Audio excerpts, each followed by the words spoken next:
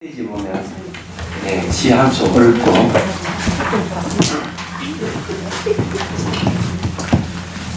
제가 읽어보겠습니다. 자비선수 자신의 내면을 들여다보는 것, 자기가 자기를 사랑하는 것, 자기가 자신을 사랑하는 것, 자기의 고통을 자기가 없애는 것, 자기의 잘못을 자신이 용서하는 것, 내가 나를 깨우는 것, 자기가 자기를 구원하는 것, 이것은 안에서 일어나는 일이며 바깥 경계에 전혀 동요되지 않으니 세간의 고통을 구제하는 지혜와 평안의 길. 24일날 창원에서 18살 먹은 청년이 할머니를 찌를 죽였잖아요.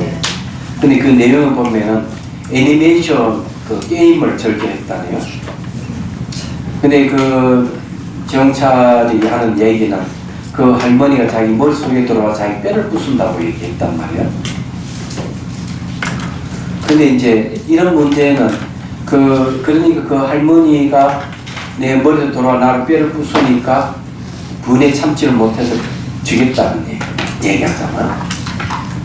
근데 현실하고 생각하고는 별개의 것인데도 불구하고 혼동하고 있는 거죠. 그렇죠? 근데 명상을 하게 되면 왜 될까? 그런 게 딱 들어오면은 이건 환경과 같다는 걸 자기가 딱 인식하고 실체가 없다는 걸 딱 인식을 한다면은 자기 문제 자기가 해결하는 거죠. 그래서 여기서 자기 고통을 자기가 없애는 것이 되는 거죠. 그 명상이 그만큼 중요하다는 겁니다. 자기에 대해서 자기 자신을 사랑을 하고 자기 자신을 사랑하는 사람 별로 없어요, 세상에. 그래서 조익경전에 얘기가 그런 얘기. 파사이 왕이 자기 부인한테 이 세상 누구를 가장 사랑하느냐 이러니까 이 세상에 자기 자신부터 사랑스러운 게 없다고 그렇게 얘기를 하지. 그러니까 왕이 실망을 해가지고 기원전상에 부처님께 하소연했대. 자기 부인이 자기를 그렇게 사랑할 줄 알았더니만 자기 자신을 가장 사랑한다고 자기 실망을 했다고 부처님 하시는 말씀이, 자기를 사랑할 줄 모르는 사람은 남을 사랑할 줄도 모른다 얘기하잖아요. 근데 이게 명언이죠. 그냥 수행을 해본 사람들은, 수행을 하는 사람은 늘 자기를 들여다보고 있기 때문에 나락하는 존재가 무엇인지 알아요 얘기하잖아요. 그래서 뭐든지 자기를 사랑할 줄 아는 사람이 남을 사랑할 줄 아는데, 남을 사랑하지 못하는 사람은 자기를 사랑하지 못하는 사람, 자기가 누군지도 모르는 것이거든요. 시가 그런 시예요. 자, 오늘은 354페이지 할 차례죠. 네. 자, 거기에 이제 행복 비료주기를 보죠. 전문 시간에 이제 몸이 커졌다 작아졌다 이렇게 빈 몸을 관상 한번 해가지고 그 머릿속에 들어온 이미지, 상대 나를 괴롭히기 힘드는 그 이미지를 떨쳐버리기 위해서 빈 몸을 이제 키웠다가 작겠다 이런 명상을 했어요. 그렇게 하는 것은 잘 알다시피 몸과 마음은 번뇌를 일으키는 장소예요. 그 번뇌를 일으키는 장소 중에 몸을 비워버리면, 허공과 텅 비게 하면 그만큼 이미지가 줄어들고 그 힘이 약해진다는 거예요. 그래도 안 되면 간시연보살의 이미지를 돌려서 내가 간시연보살이 되어서 그 나를 괴롭히는 이미지에 대해서 용서를 해주고 그렇게 하는 겁니다. 그래서 그렇게 해보는 거예요. 자, 행복 비료주기 한번 보죠. 자, 여기 354페이지요. 앞에서 말한 대로 다 해봤는데도 괴로움의 기억과 영상이 사라지지 않는다면 그것은 본인이 지은 까르마와 무관하지 않습니다. 자기 지은 업하고 무관하지 않습니다. 그 창원인 그 청년이 지은 까르마가 뭐겠어요? 애니메이션 게임을 즐겨한 거죠. 그러면서 현실과 그 게임을 혼동하는 거죠. 거기다가 할머니 하고 사이가 안 좋으니까 그것이 딱 결합돼가지고 결국 할머니를 죽게 되는 일이 벌어진 것이에요. 그 다음에 그 앞에 또 진중갑에 그 사람이 좀 5명을 또 죽은 사건을 가만히 보면은 10년 전 자기 불이익을 당했다는데 불이익을 당한 그 기억이 10년 동안 계속 이어져 온 거야. 그래서 자기는 몰라 10년 동안 불이익을 당했다 이렇게 생각을 하는 거지. 그런 감정이 있기 때문에 그런 감정이 쌓이니까 폭발해버린 거야. 그래서 이제 그 조현병 환자잖아요. 또 보니까 지금 조현병 환자가 지금 자기 가족인 누나를 죽이고 또 누가 또 어디가 또 지금 4건의 사건이 생겼어요. 근데 그런 게 뭐냐면 조현병을 앓고 있는 데다가 부정적인 감정이 그 안에 끼어들게 되니까 그런 사건이 생기는 거죠. 제가 이야기하고 싶은 건 뭐냐면은 어느 누구도 그렇게 할 가능성이 다 가지고 있다. 그런 걸 이제 방지를 하려고 그러면은 내면을 들다 보는 훈련을 하셔야 돼요. 그 여기서 지금 일상생활에 또 명상할 수 있는 방법을 제시한 이유가 바로 그런 이유입니다. 어느 누구도 장담할 수가 없어요. 감정이 돋치면 진짜 칼을 들고 도끼를 들고 그건 난리칠 수가 있거든요. 말하자면 대한민국 모든 사람들이 명상을 한다면은 얼마나 좋겠어요. 자, 그래서 자기 지은 까르마와 무관하지 않습니다. 잘 되면 내 복이요, 잘 안 되면 너 탓이라는 식으로 책임을 상대방에 전가하고 자신을 정당화하는 것은 옳지 못합니다. 왜냐하면 아무리 상대방이 자신을 해코지한다 하더라도 그것을 받아들이고 안 받아들이고는 본인의 마음에 달려있기 때문입니다. 원인이 무조건 상대방이만 있다는 식은 무지로 인한 독성입니다. 그래서 이게 제가 왜 이 얘기를 하는가 하면은 이 치료는 분명히 맞다. 근데 감정이 상하면 안 풀어지는 거야. 이게 문제예요. 그래서 누가 나를 막 욕을 하고 뭘 하면은 그에 반응하는 감정이 나를 힘들게 합니다. 근데 이 감정을 어떻게 다스릴 것이냐가 중요해요. 근데 감정의 내용이 뭐냐 이러면 뻔해요.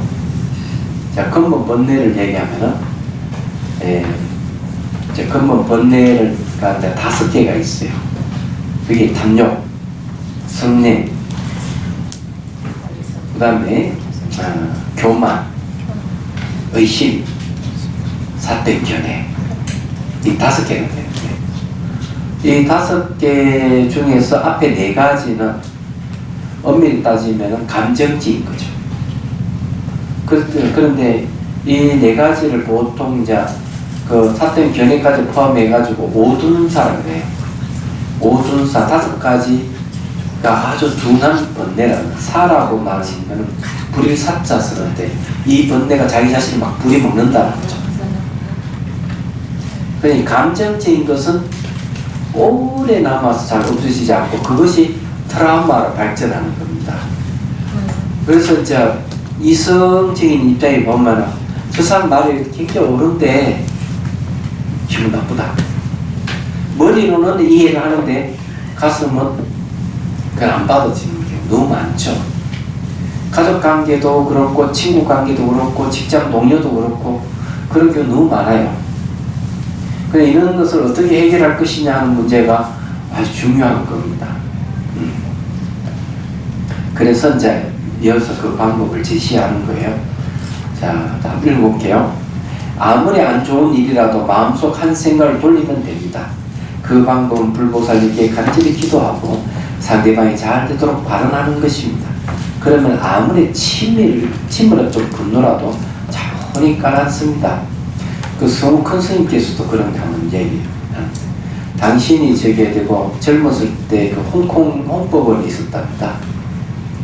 그 날마다 이제 불보살에게 기도를 드리는 거죠.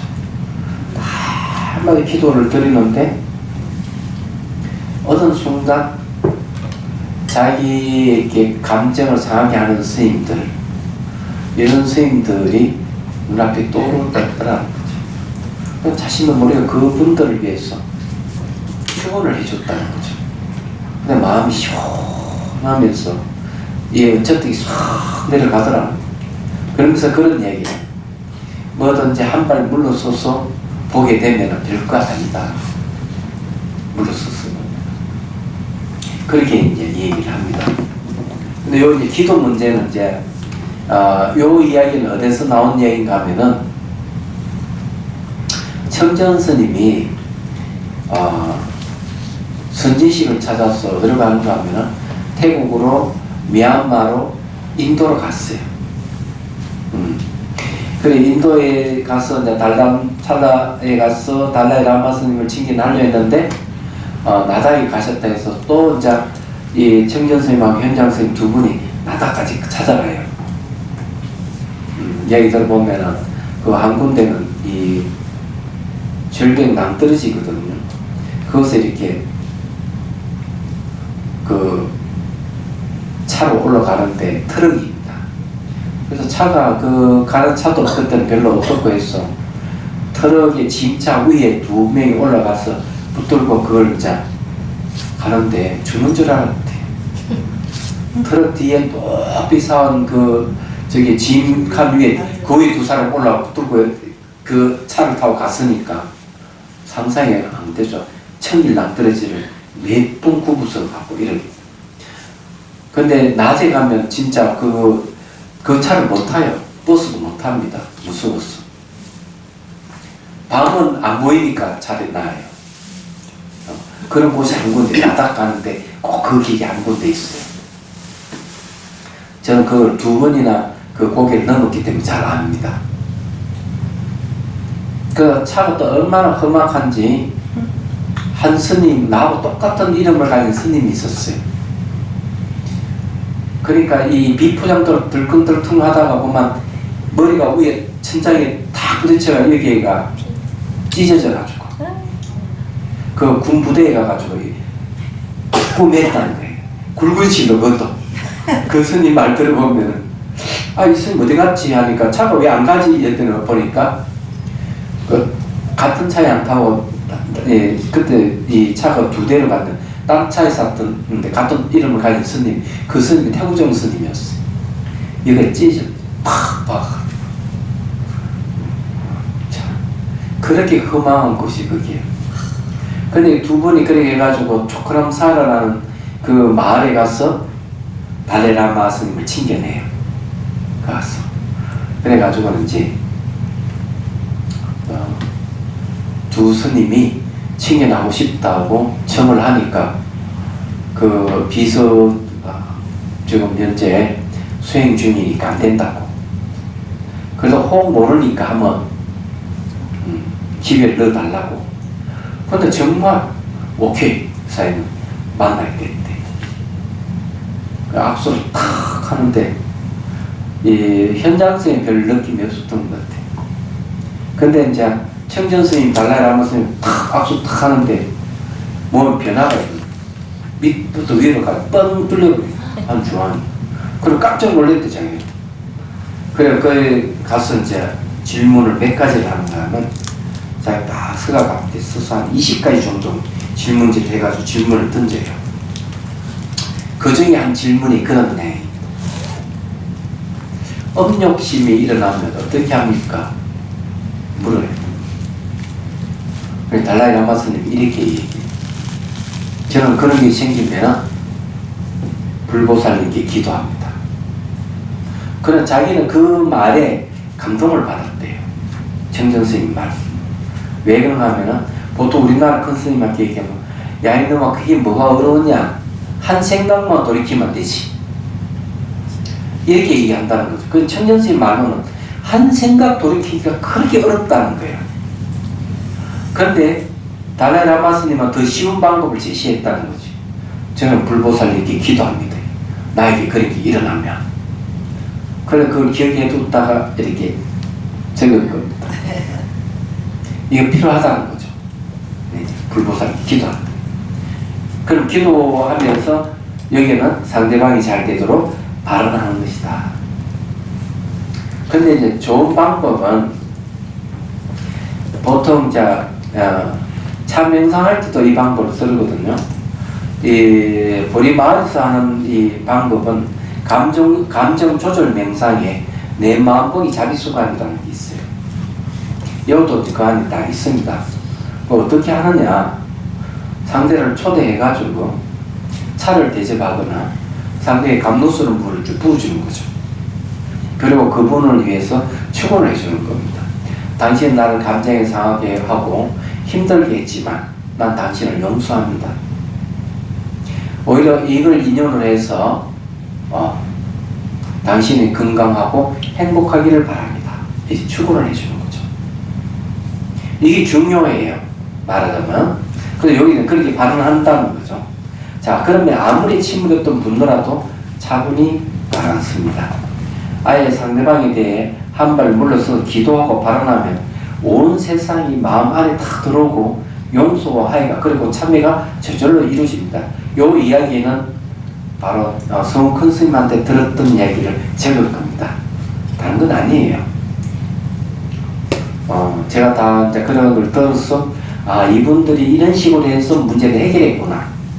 그걸 기억해 두다가 요 기록을 한 거죠. 이 방법 참 좋겠다. 그런 거예요. 네. 마치 연꽃 봉우리가 터지듯이 마음이 활짝 열리게 됩니다. 이렇게 마음을 열면 큰 공덕이 되며 수행이 진전 또는 빨라집니다. 공덕이란 지혜를 담는 그릇 것 같습니다. 그릇이 약하거나 끼어졌다면 지혜를 담을 수 없습니다. 공덕을 진리를 깨칠 수 있는 수행의 한 요인임을 기억할 필요가 있습니다. 이때 공덕이란 말은 뭔가 하면 훌륭한 결과를 가져올 수 있는 원인이라는 뜻이에요.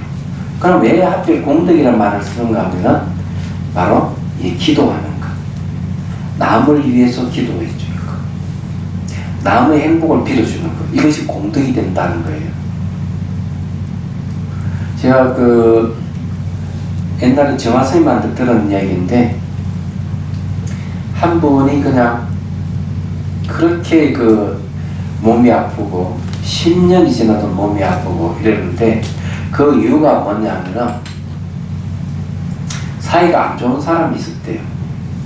사이가 안 좋은 사람이 있고 이래가지고는 늘 화가 나고 이래서 불보살에게 기도를 하고 이러면은 화가 다스려질까 싶어서 했는데 안 되는 거죠. 그러다가 이제 실제로 내가 나를 화나게 하고 힘들게 했던 그 사람이 있는 집을 향해서 108참회를 했답니다. 그건 정말 실수도 몸이 아픈데 사라져버렸다는 거죠. 그냥 불보살에게 참회하는 것보다는 실제로 그 당사자에게 하는 게 더 효과적이라는 거죠. 그런 거죠. 저는 그게 맞다고 저는 생각해요. 그리고 이제 제가 아는 분인데 이분 이야기를 해야 되겠습니다. 이분은 이제 불자였어요. 처음에 불자였는데 어떻게 이제 대학 다니다가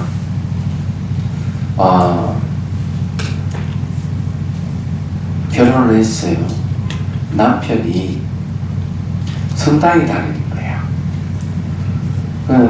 그래서 이제 아기를 가졌을 때 천술경 사경하고 막 이래서 아이를 낳고 이제 사는데 남편이 성당 다니니까 자기도 이제 성당에 다니게 됐어요. 그것까지는 좋아. 좋은데 남편이 괴롭히는 거야. 그래서 몇 년을 괴롭히는 10년을 괴롭혀. 그래 그 다음에 이제 너무 괴로우니까 어디로 가느냐 하면은 또 교회에 갔어. 자 처음에 절에 다니다가 성당을 갔다가 다시 교회를 그때 엔돌핀 뭐자한 목사가 있었죠. 이상버라는 목사가 그거 가가지고 너무 괴로우니까 어떻게 하면 해결할 수 있을까 싶었어. 근데 아들은 어떻게 할까? 엄마 따라서 이제 성당에 갔다가 그 다음에 교회에 가 근데 이 아들은 그 교회 가가지고 그 청년들하고도 부딪혀요. 근데 아들이 똑똑해가지고 아예 그 신학 공부를 미리 딱 어머니가 그 교회 가는 제 따라서 간 거지. 근데 이제 전에 다녔던 사람이 왔다 하니까 청년들이 막 공격을 한 거야. 근데 이 청년은 이 신학 그 미리 공부를 해가지고 역공을 해가지고 다 다운시켜 착살내버려. 청년이 머리가 좋아요 이게. 그래서 이 부인은 나중에 그 얘기를 하더라고요. 그래서 그 괴로움이 사라지지 않아서 저한테 전화를 제가 송강사에 있을 때 그래서 제가 누구를 추천했는가 하면 제가 스님한테 그 저기 법년사에 지금 건강경 강의를 하고 있으니까 그 가서 강의 들으시라고 제가 송강사에 있을 때니까 그 이분이 이제 그 가서 또 열심히 또 강의를 들은 거예요. 어떻게 하면 이 괴로움을 남편의 관계든 이 괴로움을 어떻게 하면 해결할 수 있을까? 거기에서 제가 선생님 이 본문을 듣고 마음을 돌립니다. 아 그렇구나. 남편이 잘못이 아니라 남편에 반응하는 내 마음에 문제가 있었구나. 제가 선생님 수행하신 분이니까 선방이 노골이 다르시고 이런 분이고 이러니까 건강경을 해석할 때도 아주 멋지게 해석을 한 것 같아요. 나도 얘기 들어보니까. 그래서 이제 불보살에게 절을 올리면서 참여를 할 때 바로 남편에게 자기가 참여를 그러고는 고통이 사라져요. 이분이. 그 나중에 이제 제가 송강사 있을 때 남편하고 같이 왔더라고요. 남 그때 한번 보고 아들이 뚝뚝하고 이런데 취직이 돼가지고 지금 뭐 어떻게든 결혼했는지 잘 하도 오래됐어.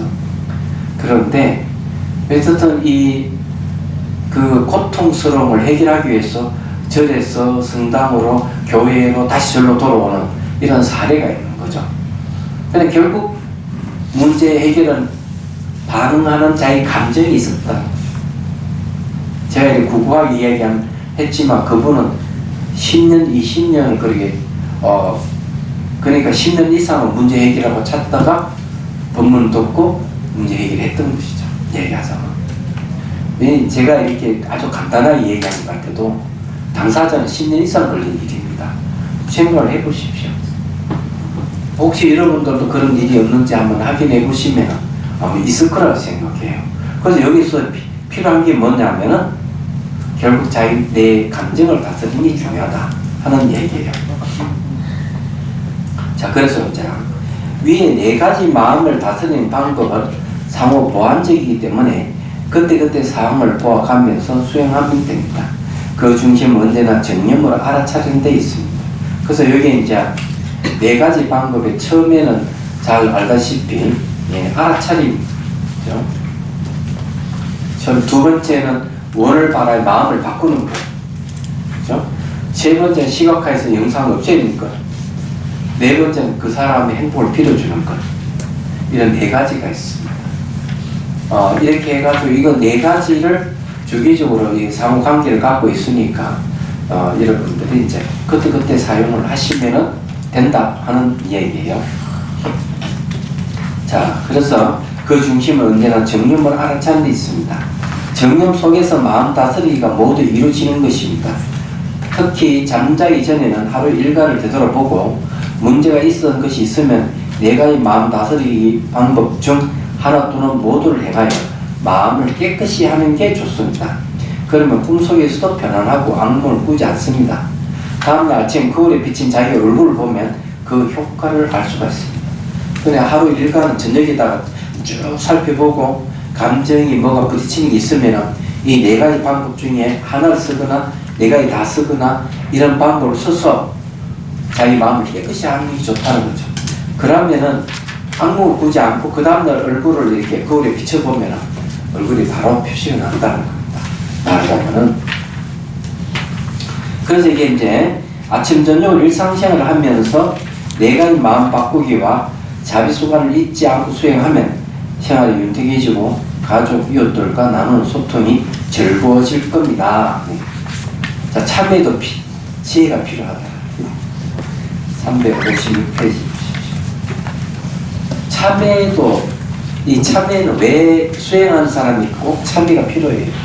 그래서 저기 능경이라든지 원각경에 보면 수행 들어가기 전에 제일 먼저 뭘 하는 거는 참회부터 해요. 참회를 해가지고 마음을 깨끗하게 하고 난 다음에 수행이 들어가요. 대승불교 수행은 그런 것 같습니다. 여기도 이제 참회에 대한 얘기인데, 이거는요, 제가 잘 아니까 얘기를 하죠. 그냥.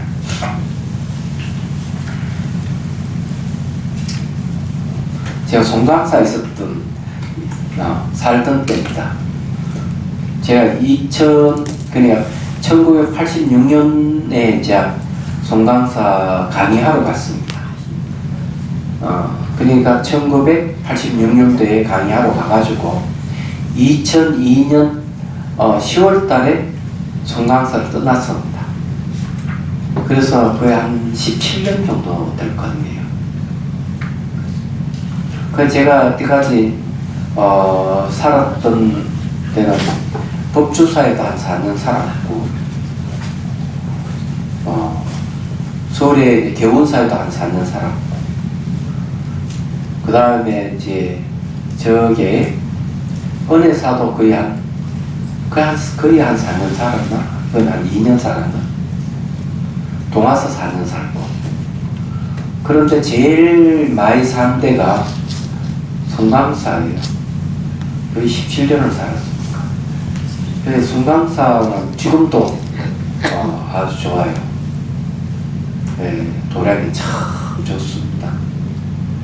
거기에 17년을 살면서 수많은 에피소드가 있어요. 그 중에 하나를 이제 말씀드리는 겁니다. 참회에 대한 얘기를, 딴 얘기를 한번 하고 이 내용을 얘기할게요. 어록에 보면은 신도가 오는 신도 중에서 한 신도는 목에 힘을 딱 주고 당당하게 오는데, 한 신도는 늘 머리를 푹 숙이고 오는 신도가 있어요. 그래서 이제 이 조실 스님이 그 두 사람을 불러서 이렇게 얘기합니다. 고개 푹 숙이고 다니는 신도에게는 큼직한 돌을 하나 들고 온다라. 목에 힘을 딱 쥐고 다니는 신도에게는 자잘한 돌을 한 주먹 쥐고 온다라. 가져왔어. 그래, 큰 스님께서 하신 말, 그러면 그 돌들을 제자리에 갖다 놓으시오 하니까, 큰 돌을 가져온 신도는 금방 제자리에 딱 갖다 놓는데, 자잘한 한 주먹 가져온 신도는 자기가 어디 놨는지 잘 기억이 안 나는 거야. 당황하는 거지. 그래서 이제 큰 스님이 이렇게 얘기하는 겁니다.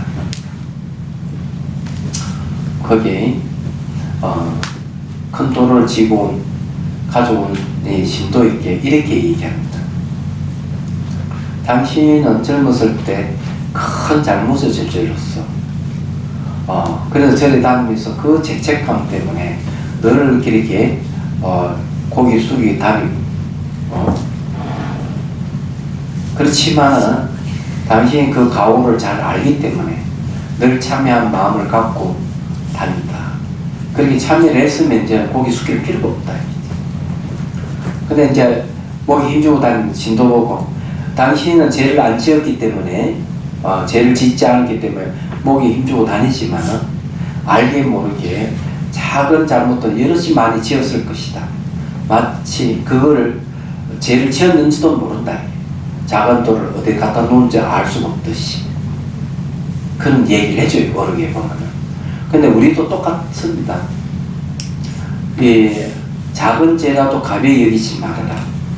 물방울이 모이면은 그릇에 차고 강물이 되어서 바다에 흐른다.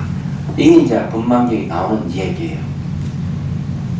작은 선이라도 가볍게 여기지 말아라 하는 말도 있어요. 작은 선이라도 착한 것도 가볍게 여기지 말아라. 이건 이제 조기 경쟁이 나오는 거예요. 그래서 이제 얘기를 하면 그런 거예요. 그래서 이제 늘 우리는 1년에 한 번씩 보살계 수계 법회를 여는데 알게 모르게 지은 죄를 없애기 위해서 하는 거예요. 맞잖아. 그래 참여 작법 참여를 하고 이러면 죄업이 없어지니까. 근데 여기에 이제 제가 오늘 얘기하고자 하는 거는 실제 있었던 얘기를 여러분들이 하는 겁니다. 수행하는데 참여가 굉장히 중요하다는 거예요. 한 청년이 삼복더위에 송강사 가름전에서 절을 하는 거야. 3일 내내 아침부터 해가지고 저녁 예불 하고 난 뒤에도 계속 절을 3일을 그렇게 하는 거죠.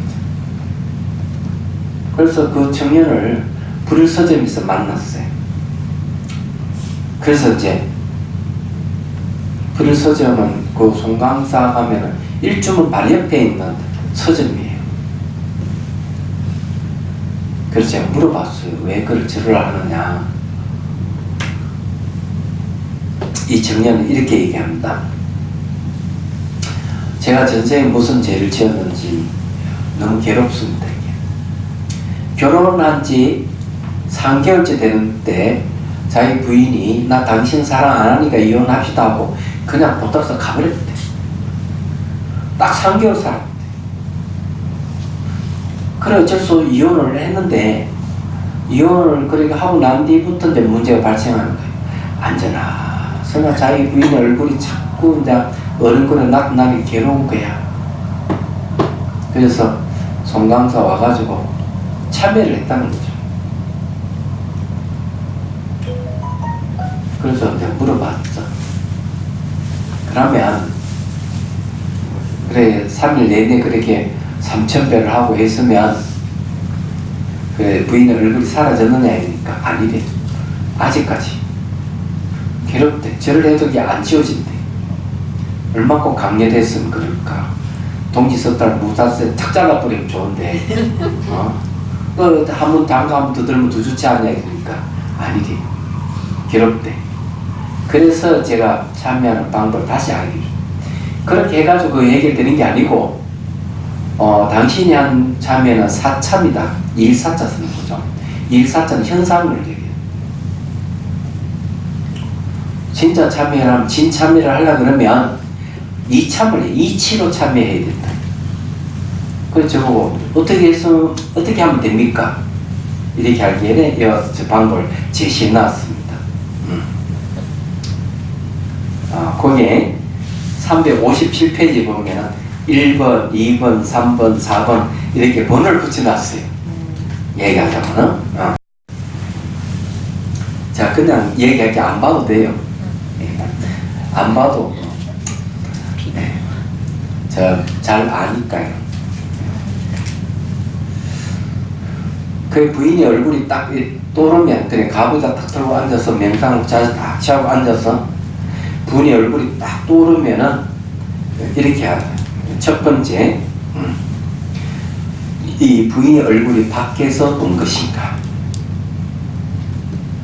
내 몸 밖에서 들어온 것인가? 살펴보라는 거죠.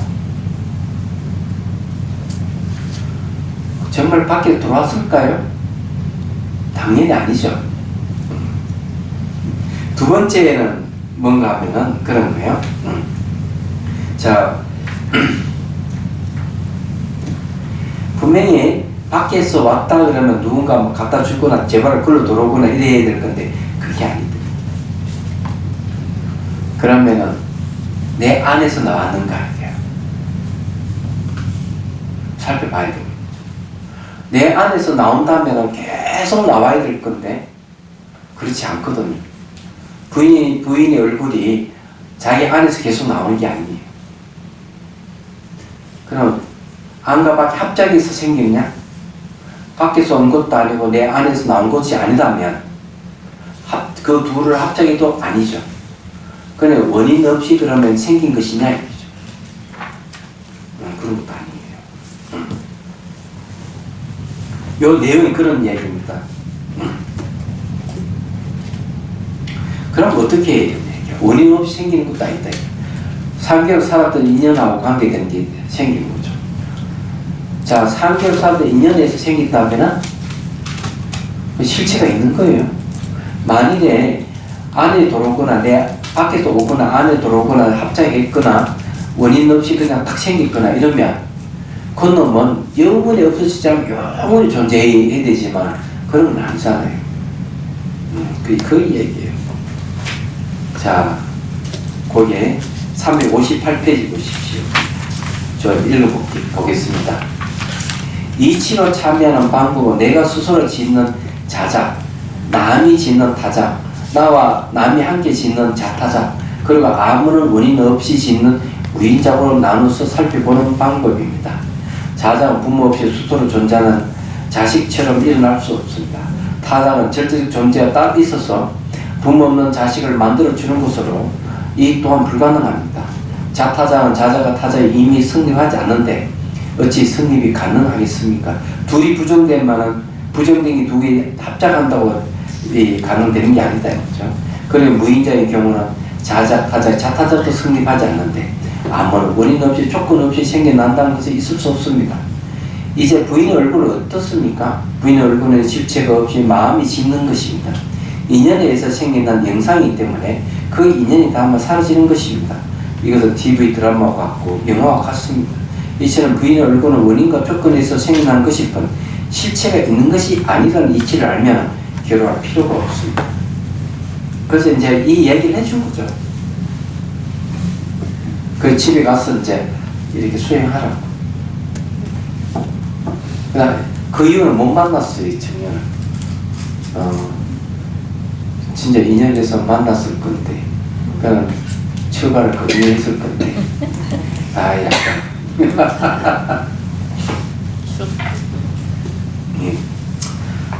그래 이게 이제 참여하는 방법은 바로 이런 이치로 참여하는 거죠. 안에 들어왔느냐, 밖에서 왔느냐, 두 개 합작이 돼 있느냐, 원인 없이 있느냐, 그런 거 없다.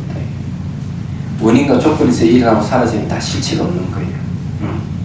그렇게 이해하면 지혜가 생기기 때문에 그 다음부터 아무리 부인이 얼굴이 나타난다 하더라도 감정이 점점 약해지고 거기에 대해서 무덤덤해지게 됩니다. 자, 359페이지 공공장소에서 자비손으로 관찰하기. 이건 어떻게 하느냐 하는 겁니다.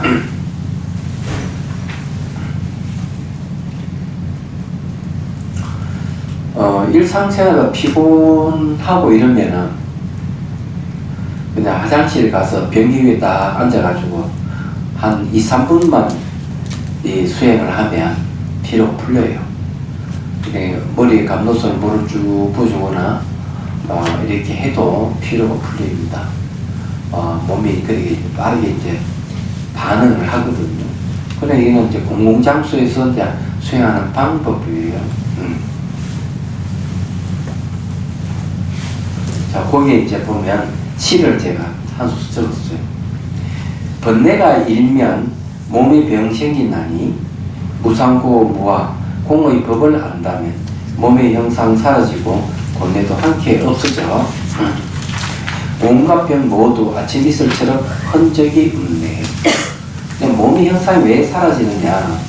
몸의 형상이 사라지는 것은요, 이렇게 무상고 무아락하는 이치를 잘 알고 수행하면서 몸이 사라지면 몸 사라짐의 지혜를 얻는다 그래요. 근데 그런 무상고 무아를 모르고 그냥 몸이 탁 사라져 버리면 그냥 몸 사라진 현상만 체험하는 거예요. 그러니까 내가 몸 사라짐의 지혜를 얻는 것인지 그냥 몸이 집중이 사라졌는지 이거는 구분할 필요가 있어요. 얘기하자면 이 몸이 사라진다는 게 무엇인지 묻는 사람이 많더라고요. 그래서 제가 현상을 얘기해 드리죠. 이게 어떤 현상인지, 그리고 이게 왜 몸 병이 없어지는지, 이는 뒤에 가면 이제 또 얘기를 하겠지만, 이제 상상의 자비손을 써서 이렇게 쓰담을 주잖아요. 쫙 쓰담을 주면 처음에는 별 이렇게 반응이 없는 것 같아도 어느 순간 이 마음의 손이잖아. 마음의 손을 쓰다듬어 주는 때 몸이 반응을 해요. 밀고 당기고 하는 현상이 생기거나 뭐 따갑거나 가려움증이 생기거나 열이 나거나 별 현상 다 생기다가 어느 순간 이 혓가락 같이 줄줄줄줄 녹기 시작을 하는 경우가 있고 엿가락을 놓듯이 그 다음 몸이 형태가 싹 사라지기도 하고 어떤 모래가 싹 그냥 이 사라지듯이 모래화대가 싹 사라지듯이 몸이 그런 식으로 사라지는 경우가 있고 사라지는 형태가 다양하게 사라져요. 그러니까 공통되는 게 뭐냐면 사라지는 건 이때 생기는 건 발견할 수가 없죠. 근데 이제 이렇게 하면 왜 몸에 병이 없어지느냐 하는 기혈이 뭐 열려가지고 몸에 기혈이 열려요. 그럼 막히고 이렇게 소통이 안 되는 부분에 통증이 막 생기고 이런 그런 일이 없어요. 그럼 면역력이 막 생기고 예를 들어 아픈 부위가 있으면 쓰다듬어 주면 미안하다 고맙다 사랑한다고 쓰다듬어 주면 머리에서 뭐가 생기는가 하면은 머리에는 약 제조 공장이라고 합니다. 뇌과학자들이 얘기하는 머리에서 치유 물질이 생성돼요. 머리에. 그래서 이 치유 물질이 몸으로 이렇게 내려가서 그 아픈 부위를 치유하는 거예요. 얘기하세요. 그래서 몸의 병이 사라지는 겁니다. 그래서 이게 자기 손을 싹 쓰다듬어 주는 거는 사랑이에요. 그래 통증이 있으면 통증이 있어 또 쓰다듬으면 미안하다 고맙다 이렇게 해주면 그걸 연민심을 키우는 거예요. 그냥 자기를 대상으로 해서 사랑과 연민심을 키우는 겁니다. 예, 주는 것은 사랑이고, 예? 그리고 빼앗는 건 연민이에요. 그럼 뭘 주느냐? 기쁨을 주고, 고통을 빼앗는 걸 얘기합니다. 그래, 합해서 자비라고 해요. 그래, 그 역할을 하는 게 손이에요. 얘기합니다. 상상의 손이죠. 마음입니다. 자, 그 다음에 이제, 그러면 이제 몸 기혈이 눌리고 몸이 아픔의 병이 사라지는 거죠.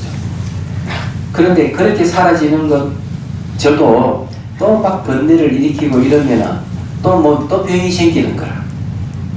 그런데 몸이 무상하다 이게.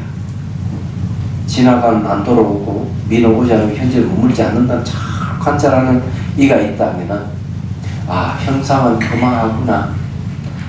만족스러움이 아무것도 없구나. 만족스럽지 않은 게 내 뜻대로 이렇게 해결되는 게 아니구나. 이렇게 알면 그게 무상공무하거든요. 이런 지혜가 생긴 사람은 번뇌가 일어나지 않아요. 그래서 번뇌에 의해 가지고 몸이 상하는 예는 없어지는 거예요.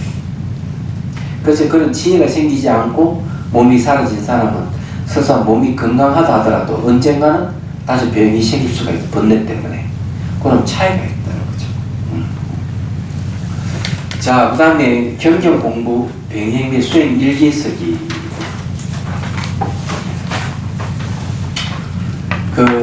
오전 시간에 제가 여기 한번 얘기를 했는데요. 선문 단련선에 보면 해와 행을 같이 닦아야 된다. 스승이 제자를 단련시킬 때 제일 먼저 하는 게 뭐냐면 안목이 바른지 바르지 않은지를 확인하고 안목이 바르지 않으면은 안목을 바르게 세워야 된다. 그게 뭔가 하면은 요즘 말로 하면 교육 공부예요. 이치를 분명하게 가지고 정견이 바로 서도록 해주는 게 중요하다. 그러면 경전 공부를 해야 됩니다. 경전이나 논서나 어록 공부를 하는 거죠. 그 견해를 바로 씌우는 거예요. 견해가 바로 섰다 싶으면 이제 스승이 이제 참선시켜가지고 행을 바르게 하는 거예요. 얘기하는 거. 그럼 여기서도 이제 경전 공부를 병행하는 거는 바로 그런 의미에서 하는 겁니다. 그럼 수행 일기는 왜 쓰느냐 하는 거죠. 자, 360페이지 밑에서 6번째 줄 보십시오. 수행 일기를 쓰는 목적은 수행 일기 점검의 명상 코칭을 통해 지도하는 스승이 수행자의 경계를 더 정확하게 파악할 수 있게 하기 위해서이다. 수행 점검은 인정을 하는 것이 아니냐. 대충 하는 것도 도둑 아니다. 잘못된 수행은 위험하기 때문입니다. 수행 점검 망방대해를 향유하는 사람이 북두 칠성을 보는 것과 같고, 북두 칠성 왜 볼까요? 이 길잡이가 되주기 때문에 바다를 걷는 길잡이입니다. 길을 찾는 사람이 내비게이션을 보는 것 같습니다. 가야 할 길을 모르는 이에게 길을 알려주고, 잘못된 길을 가는 이에게 바른 길을 제시하며 중간에 쉬지 않고 목적지까지 갈 수 있도록 안내해준 길잡이 역할을 합니다. 또 수행자 자신의 게으름을 방지하고 수행 일기 작성을 통해 스스로 각성이 되기도 하며 나아가 다른 사람의 수행에 도움을 줄 수도 있습니다. 훗날 꾸준히 기록한 자신의 수행 일지를 보면서 변화한 자신의 모습에 놀라게 될 것입니다. 그렇게 해보면 된다 했죠. 자, 사불안심 수행하기 들어가는데, 자, 본격적으로 이제 여기부터 이제 수행 이제 합니다. 자, 그러면은 명상 좀 하고 시간 되면 자비, 오늘은 이제 감노수를 하는 게 아니고 이 자비손을 쓰는 걸 이제 한번 해보도. 자비손 만들기 명상했습니까? 안 했죠? 자비손 만들기 명상. 그럼 오늘은 이걸 하고 이제 다음에 사불안식 자비사 수행하는 방법을 하면서 그 자비 수행을 할 수 있도록 명상을 같이 병행하겠습니다. 다음 시간부터. 그럼 지금은 이제 자비손 만들기 명상을 한번 하도록 하겠습니다. 자, 손을 펴십시오. 그리고 여기 딱 붙여가지고 이렇게 딱 이렇게 손금 있잖아. 손금이 딱 이렇게 붙여서 딱 보면은 손가락 길이를 재봅니다. 정확하게 딱 맞을 거예요. 그렇죠? 자, 지금 이걸 하는 목적은 집중하는 게 얼만큼 대단한 힘을 갖고 있는지를 이제 확인하는 시간을 갖도록 하겠습니다. 자, 오른손을 올리든 왼손은 상관없습니다. 이렇게 올리십시오. 자, 지금부터 손가락이 점점 자라가지고 천장에 뚫고 나가는 걸 연상합니다.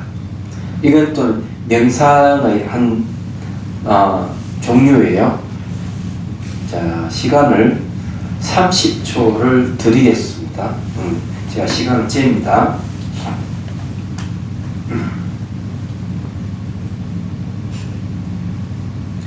자, 시작.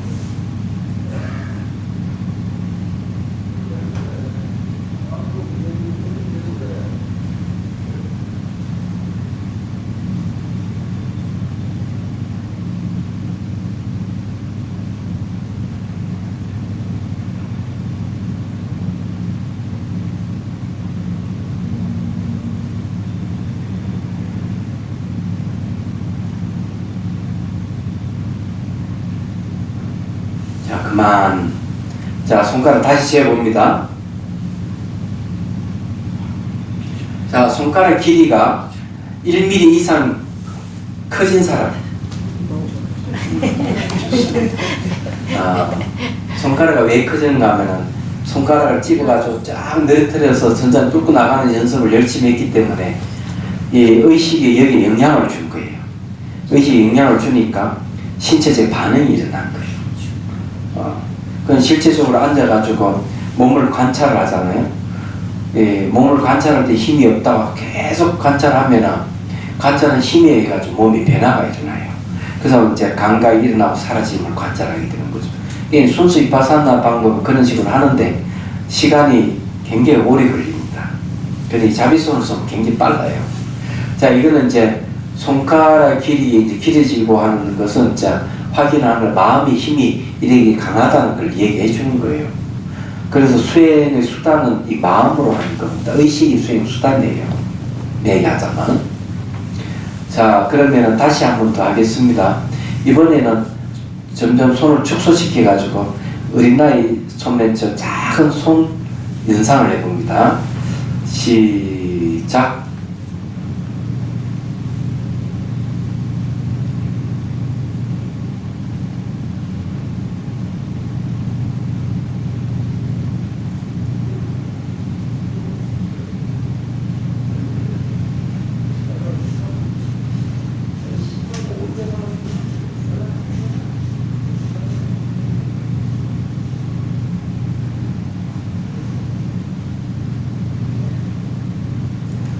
그만 다시 재봅니다.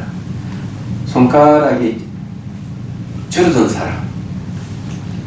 줄어들죠? 좋습니다. 이게 이제 마음의 힘을 한번 확인해 본 거예요. 자, 이번에는 뭘 하는가 하면, 자, 손을 이렇게 해가 파도를 쳐봅니다. 이렇게. 쉽게 치시죠? 칠 수 있죠? 자, 팔짱을 낍니다. 팔짱 끼고 손을 치려면 어떻게 하죠? 상상의 손을 만들어서 치는 거예요. 아시죠? 자, 상상의 손으로 바닥을 칩니다. 아까 이래 치듯이 시간을 딱 10초 드리겠습니다. 많이 치는 사람이 집중이 있는 거예요. 시작.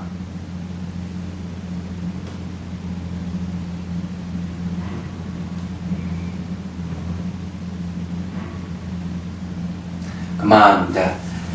자, 한 10개 안으로 친 사람 아무도 없네. 20개 안쪽으로 친 사람 있네요. 그 다음에 30개 이상 친 사람 있어요? 그럼 50개 이상 친 사람 있네. 집중이 제일 좋은 사람입니다. 자, 이거는 집중력 훈련인데 제 그 성강사에 있을 때 할머니 선생님이 시켰더니만 몇 개를 치던 한 스님이 손을 번쩍 저는 3,000개를 쳤습니다.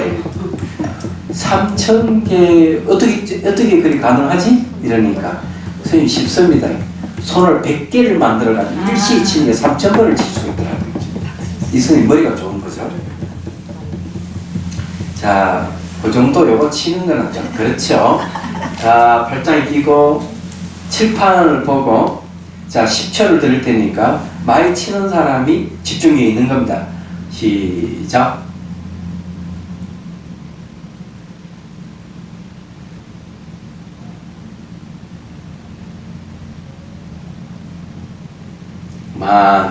자, 10번 정도 친 사람, 20번, 30번. 그럼 손 안 드시는 분은요? 46번. 아니, 스님께서 손 10개 만들어서 치라고 그러는데 손을 엄청 많이 쳤죠. 저희도 엄청 많이 쳤어요. 안 되겠다. 다른 방법을 그럼 다시. 이번에는 이 주먹을 딱 쳐가지고 칠판 뚫고 나가야 돼요. 뚫고 나갔다가 나오는 걸 한 번으로 치겠습니다. 그럼 집중이 얼마큼 있는지. 자, 팔짱 끼고 시작.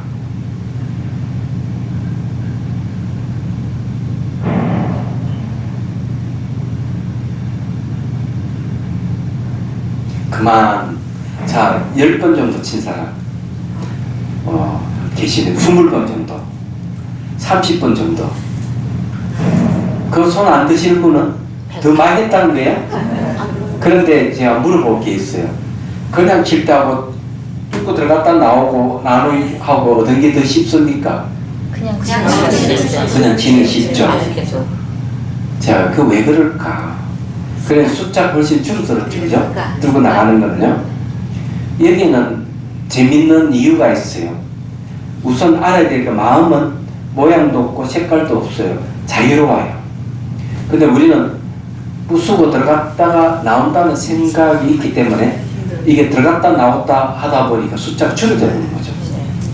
그 말로 생각이 벌써 마음을 통제한 겁니다. 얘기하자면. 그러니까 이 마음 자체가 아주 자유로운데도 불구하고 뚫고 들어간다는 생각과 뚫고 들어가서 나온다는 생각이 개입되니까 숫자가 확 줄어드는 거죠. 그럼 만일에 거리감도 있어요. 거리감. 그래, 거리감도 마찬가지예요. 섭이 있으니까 이렇게 그래, 거리감도 똑같아. 네, 거리감. 그런데 이걸 한번 바꿔 생각해 보면은 거리감이나 뚫고 들어갔다 나온다는 생각이 없다면, 그런 생각이 애초에 일어나지 않는다면 마음이 얼마나 자유로울 것이냐 알 수가 있는 거예요. 이걸 통해서. 네, 이해가 되시죠? 이게 전부 다 마음 훈련하는 거예요. 마음이 자유롭다 하는 것을 알기 위한 방법입니다. 자, 이번에는 좀 더 방법은 이 벽을 갖다 탁 집어넣어 가지고 이 홀 한 바퀴 도는 거예요. 10초 동안 많이 돌리는 사람이 집중이 제일 좋은 거예요. 알았죠? 자, 팔짱 끼고 시작.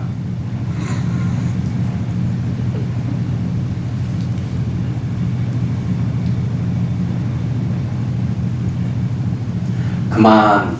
한 10바퀴 정도 돌리는 사람, 20바퀴 그 이상 돌린 사람 있어요? 아, 계시네. 그럼 손 안 드는 사람은 안 돌린 게 좋습니다. 여러분들이 훨씬 이 뭡니까? 숫자가 줄어들었는데 이것은 뭔가 하면 너가 돌린다는 자체가 마음을 움직이는 겁니다. 이제. 근데 뒤쪽으로 움직이는 거예요. 혹시 뒤쪽으로도 손이 싹 갑니까? 네. 그러면 여러분들이 이제 마음을 좀 쓸 수 있겠다.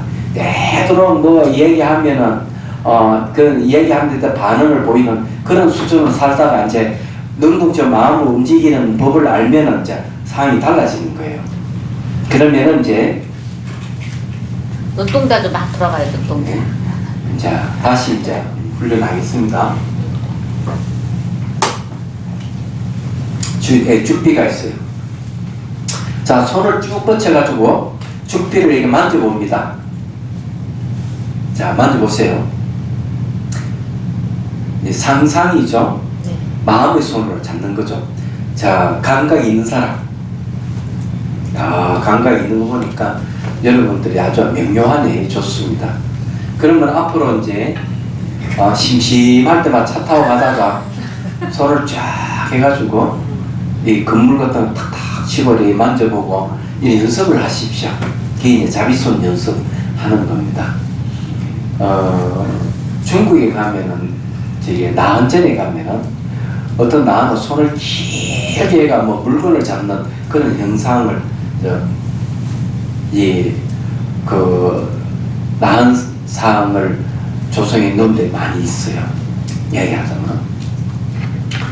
그러니까 이제 하음경에 보면은 부처님은 손으로 해와 달을 만진다 이런 부분이 있어요.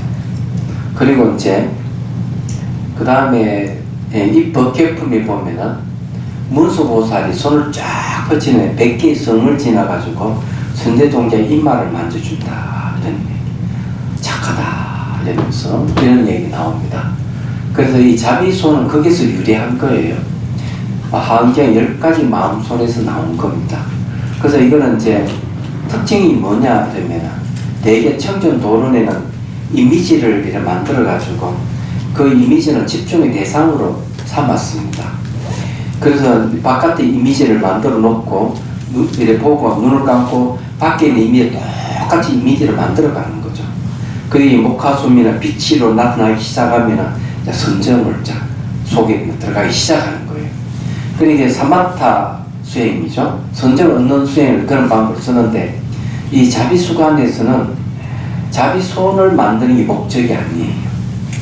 자비손은 관찰 대상이 아니고 자비손은 관찰하는 수단으로 사용하기 위해서 하는 거죠.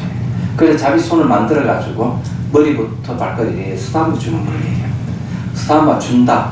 주는 건 사랑을 주는 걸 얘기합니다. 그래 몸이 통증이 생기고 이러면은 그 통증을 쓰다듬으면서 이렇게 미안하다. 잘 돌봐주지 못해서 미안하다. 그리고 잘 버텨줘서 고맙다. 자기 이름을 아무리 사랑한다. 이러면서 쓰다듬어 주면 이게 연민심을 일으킵니다. 근데 이게 이제 왜 필요하냐? 사람은 몸을 엄청나게 학대를 해요. 자기를 한 번도 유래해주지 않아요. 자기가 자기를 한 번도 사랑해주지 않고 자기가 자기를 한 번도 안아주지를 않는 게 인간이에요. 방법을 몰라서 그런 거죠. 저는 그렇게 생각합니다. 방법을 몰라서 그러는 건데 수행은 내가 나를 알아가는 거죠. 내가 나를 알면서 그 내가 나를 알아가는 것을 통해서 남을 알아가는 방법이 명상입니다. 그래서 이제 머리부터 발끝까지 탁 쌓아주고 그렇게 하십시오. 이게 힘들면은 감노설 쭉 이렇게 하면 돼요. 그 다음 시간에는 실제로 한번 연습을 한번 하고 그 다음에 사무량심 명상하기로 실제로 한번 들어가 보도록 하겠습니다. 사무량심 명상은 미리 얘기하는데 청전도론에 나오는 걸 근거로 해서 한 거니까요. 그렇게 이해하시면 되겠습니다. 자, 질문 있습니까? 네. 이 손을 돌리는데 눈이 돌아가요. 당연하죠. 그 이제 이 바사나 수행할 때 어떻게 하는가? 자기를 보잖아요. 자기를 보는데 눈동자가 어떻게 돌아가는지 모르시죠? 완전히 반대로 돌아서 봅니다. 뒤집어져 가지고 안으로 가요. 눈동자가 완전히 반대로 뒤집어져. 좌우로 가는 게 아니라 완전히 뒤로 뒤집어서 봐요. 비파사나 수행하는 자기를 보니까. 근데 그건 당연한 거예요. 그런 거는 이제 집중이 잘 되고 있는 그런 현상입니다. 또 질문요. 자, 그러면은 10분 휴식하겠습니다.